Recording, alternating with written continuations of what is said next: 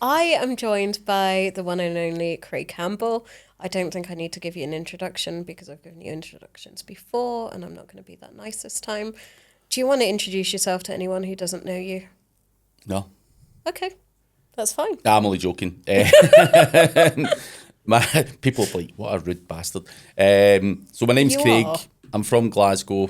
I've done SEO for over 20 years now, and still find myself hanging on in there, Still going. still going, just hanging on, getting old, getting I was going to say, despite the old tired. age, you're still going. But Yeah, that's debatable. impressive, impressive. So at the conference, you're going to be talking about personal branding and your journey and how you made it to where you are today. Could you tell us a bit more about your journey, how you got into SEO? You know. So like anyone else, I bullshitted my way in at the very start. The early 2000s, fancied myself as a bit of a web designer more than anything, and found out I was really bad at it. Well, didn't find out, I just acknowledged that I was really bad at it, so moved over towards the SEO side of things and just went from there, just learned, self-taught, worked from home for about 3 or 4 years. Before I knew it, I had to hire a sales guy. That was my first ever hire. Then a content writer, then a web designer, and then before I knew it, I had an agency, which was never really going to be part of the plan. But just as you go doing client work, you end up a business owner with an agency, and I'm like, shit. So I lasted about 10 years with the agency before before I realised that doing client work was exhausting.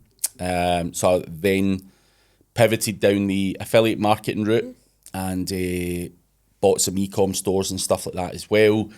Bought and sold websites for a number of years when Amazon affiliate was the hot thing to do. And I think in about I think it was the end of 2020, Amazon, they cut their commissions a few times. And the final straw for me was in 2020. At the end of 2020, they cut it again to about 3%, and you're just like, this is not profitable anymore. And then came out the kind of EAT at the time. So Amazon websites, really, they were faceless. They were just fucking content-heavy websites. Google gave them a good beating anyway. So I get out at the right time. But when COVID hit, I went really hard on the YouTube channel and started to do affiliate and brand deals and stuff like that. And I've hit YouTube pretty hard over the last 5 or 6 years. And obviously, in amongst all that time, when I gave up the agency, I also started building my personal brand and speaking at conferences and doing all that kind of stuff as well. So that's kind of it in a nutshell. That's quite impressive. That's quite a lot. You've been quite busy. Yeah. There's probably been other bits in between as well that I can't remember too much about. A lot of mistakes and businesses I've entered that have not worked out too well as well. But yeah, we'll stick to the positive stuff. Yeah, no, that's good. I'll get to the negative later. I'll remember that and then ask you about that. For people who kind of see your YouTube brand and see all of the successes that you had now, did you ever have a problem at the beginning kind of putting yourself out there, and do you have any tips for people? I think we spoke about it yesterday. Sometimes when you're trying to put yourself out there, people think you just waltz up and you can get on any old stage and all that. And whilst that is potentially possible, sometimes, like I said to you, like I had to pay to do my first speaking gig. No one was prepared to have me. I was unknown. No one knew whether I was good, bad, or indifferent. And obviously, there's a lot of politics and stuff that go into speaking gigs as well. If your face doesn't fit, if you don't know someone, if you're not recommended, and all this kind of stuff, you're going to find it more difficult to get on there. So sometimes paying to play gives you that opportunity where people will then go, oh, they actually can talk. They have value to give. And that is something I felt I had to do. I had applied to speak at a number of places and no one was prepared to touch me with a barge pole. Yeah, no, to be honest, I've had exactly the same situation when I first started, even though I had speaking experience in a different industry. Yeah. Getting into the SEO side of things, like I'm grateful that the company that I worked for at the time paid for a speaking slot. I didn't realise it was paid for at the beginning. You Found thought, out wow, later. I was like, I'm really good. Somebody wants me. And once you'd kind of done one like that, it kind of started the snowball effect. But like you mentioned, the whole politics side of things and things like that, that is something that people don't see often, and it has a big impact. Yeah, I mean, you could have said something to someone 3 years ago on Facebook and you're just blackballed. They're just like, see him? They're done. And that's it. And, you know, even now, conference organisers come to me and they're like, Craig, do you know of any good speakers who won't let me down, who are trustworthy, who actually know what they're talking about? Because believe it or not, there's not actually that many speakers who are competent on stage that actually know what they're talking about. There's a lot of blaggers out there. And if you're solid, you're knowledgeable, and you can somehow shoehorn your way in, then it's you know, it's really easy. But it's just getting that first opportunity or two. Because there are guys that are really, really technical and really good at what they do, but they can't speak. Yeah. They can't put it out in an easy to learn way. And we've all been the person that's learning, and we're always still learning as well. You know, AI's here now. We're all fucking trying to rummage around and figure out the best way to do that stuff. You're always got to be learning, and you know, the minute you think you're too good to continue to learn, or you speak in a certain way where people can't understand what the hell you're trying to put across, you're going to have problems. So, you know, you need to bear that in mind as well. So that's just some other tips. But I think pay or blag or bribe or corrupt or schmooze, whatever it may be. Oh yeah, like schmoozing is a very good point. And, you know, getting to know conference organisers, being their friends, not from a false perspective as well, but something, you know, interacting with people's conferences, supporting people's conferences, doing what you can to help them.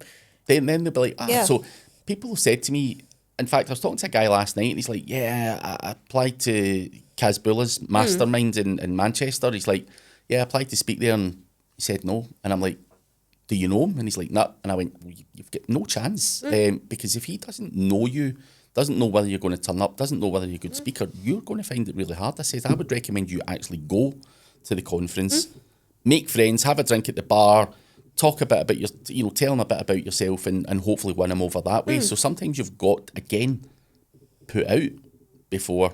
Oh, definitely. Before you get rewarded back. And naively, I just thought, back in the day, you just stick the old speaker form in, and you know, everyone's going to want me, who was unknown to everyone. They're just like, who is this idiot, and why does he keep applying? So I naively thought like that, but somehow I managed to figure it out. You did it. You got there. So yeah, but good. it's frustrating. It's frustrating. It really is, and especially when you get kind of like rejection after rejection, and you see people on stage who maybe might not be the best speakers or might not be the most knowledgeable, and you're like, how did they get there and not me? I think you just have to have a bit of a thick skin, and even when you do get big, like I find myself now that, you know, I get invited to speak at conferences, but I still get rejections. I mean, you can't be on the same stage year on year on year. And I still know regular speakers who are like, why didn't I get an invite again this year? And you're like, you can't be on every White Press SEO Vibes conference. They've got to have fresh people to continue with ticket sales and just mix things up a bit. So, you know, you've got to bear that in mind as well. And there's enough conferences around the world that you don't have to be on every White Press conference. No offence to White Press, by the way. But, you know, I do hear people and they're like, yeah, I got an invite last year and I fucking killed it. And how's that motherfucker now speaking this year and I'm not? And you're like, because it's fresh people. They can't just have the same guys. Exactly. So you've got to bear that in mind as well. And like I say, be prepared to travel. Like, we've been all over the world, you know, from fucking Vietnam to Arizona. You probably couldn't get any further apart. All in the space of a couple of months, and now we're here. So and then we've got Zagreb next week. Yeah. So like, It's tough. People don't realize it, but it's tiring going to all the conferences, preparing the talks, especially preparing new Slides content and stuff, yeah. and stuff like that, so that people get, unique stuff, because you can't have one talk and talk about it for years. Some people do, believe it or I not. know they do, but I personally don't like doing that. Nah. Nah. It's it's not a huge barrier once you get your name in there. I think it's it's quite easy to. I think it's just having a thick skin and getting in there. Yeah. And knowing people. Like, I hate to admit it, but knowing people helps. It does, absolutely. Yep. Yeah, so you mentioned as well in your presentation about creative thinking. Mm-hmm. How does that come into your personal brand? So, again, you've just got to think outside the box. So, I have always been fairly creative. So, I'll give you the example, which will be in my presentation, and I've given this in a number of different presentations. How the hell can a SEO guy become newsworthy? So, if you want digital PR and you want more brand awareness, how can you can't go to the newspaper and say, by the way, mate, I make X amount of money per month and I'm the coolest guy in the world. That's not newsworthy. Of course it's not. And you've got to think outside the box. What can be newsworthy? And obviously the Nigel Farage story and taking his domain name, which is SEO related, and then making that go into the press to get some kind of exposure is creative thinking. You've got to think outside the box, because like it or not, if you want to become more known and build your brand, by hook or by crook, you're going to need PR, you're going to need more speaking gigs, you're going to have stuff that potentially goes viral. And just talking about meta tags and meta descriptions, it's not newsworthy. It's not sexy. No, so you have to think, right, how can I make something more interesting? And that is where, obviously, you don't want to push the boundaries into doing illegal stuff. Well, I don't. But you've got to think, right, well, I need this attention and I'm going to think of a way to get it. I'm not going to just sit there and accept that it's not going to happen. So, when I done that one, I got a lot of people going, oh, what a fucking douchebag. Why would you do that? And all of this stuff. And I'm like, are you daft? Like, that press attention was probably worth $100,000 alone if I was to pay for it. So take your pick. I either don't do it and I get no press, or I do it and I take press. So yeah, you've got to take the rough with the smooth. And obviously SEO to the general world is not a newsworthy industry. It really isn't, unless you go and do something crazy, or make fucking $1 billion or whatever. Then you're not really going to get the press attention you deserve, or you might think you deserve. So always got to think outside the box and push the boundaries and try and create the hype. Didn't you become a crime lord? I did.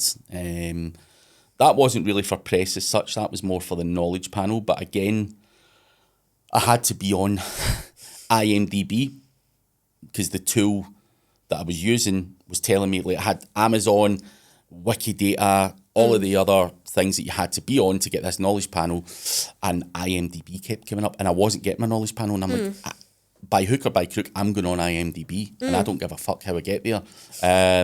So I done that whole thing and blagged my way on there because someone was in a porn flick with my name and he hadn't claimed his profile, so I claimed it and then put my face on it and changed all the narrative on it, and then someone reached out saying, do you want to be in this film?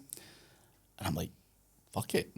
Sure, why not? It's going to really consolidate, because I was bullshitting that I was an actor when I wasn't. And I'm like, nah, this can really consolidate it. I'll have pictures of me in this and all that stuff, so no one can really take my IMDb away at that point. And done that. So again, people go, fucking hell. You went above and beyond just for an IMDb link.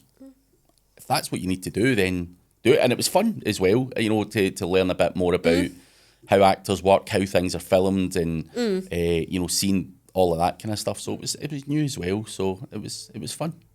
It sounds fun. It looks fun. I've seen the pictures and it looks You make should watch good, it. You It's even more make fun. Can you send me a link to your film? Mm-hmm. I will watch it. It's you can watch it. The family, with the family at the weekend or something. I will do. You can give me feedback next week. I will do. I'll fill out a form. Yeah, I'll give you a review on something. And just to finish off, you talk a lot about your YouTube channel and YouTube SEO and stuff like that. For people who are wanting to get started with YouTube SEO, maybe improve their skills, what would your top tips be for them?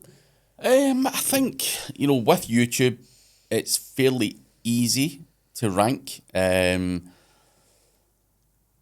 In the presentation, I'm showing some of the things that are working really well just now. Obviously, traffic to your video works very, very well.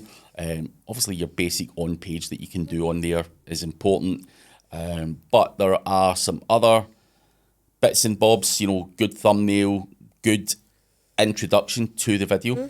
So sometimes you record a video. So you record your video, but you put a good intro there to hook people in, because the first minute is really important on a YouTube video.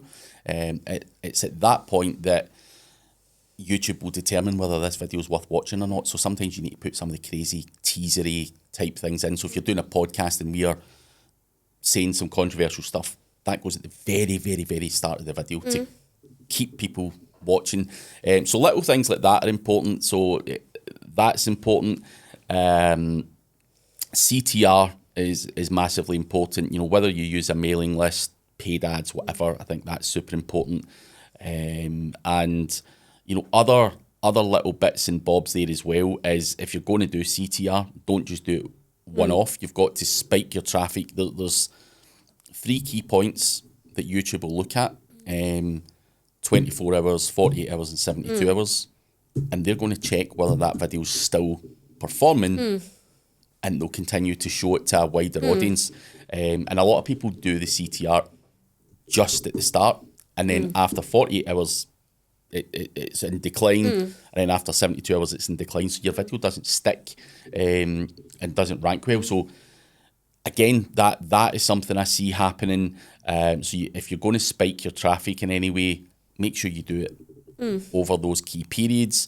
And other things as well that I find YouTube are now monitoring is, a lot of people try and rank a video, and the first minute, like I say, is really, really important, and then the video switches to a complete other topic. YouTube takes snapshots and can obviously read the transcript of your video. So if you start the video saying, buy fucking, I don't know, mics, Rode mics, and that's the introduction, that's what you're trying to rank the video for, and then after 2 minutes you start talking shit about all other things, then YouTube are looking at snapshots throughout that video, and if the whole video is not relevant to what you're trying to rank it for, it's not going to rank as well. Whereas before, that first minute was really all that was taken by YouTube, but you have to be consistent. So you need to stick to a topic, and obviously that's difficult for a video like this. But if you're going to talk about GMBs, for example, stick to GMBs. If you're going to talk about link building, stick to link building. Don't start deviating into other topics, because it will harm your video's ranking and performance. So, and I would also say as well, just from a user perspective, short, sharp tutorials and educational videos are important.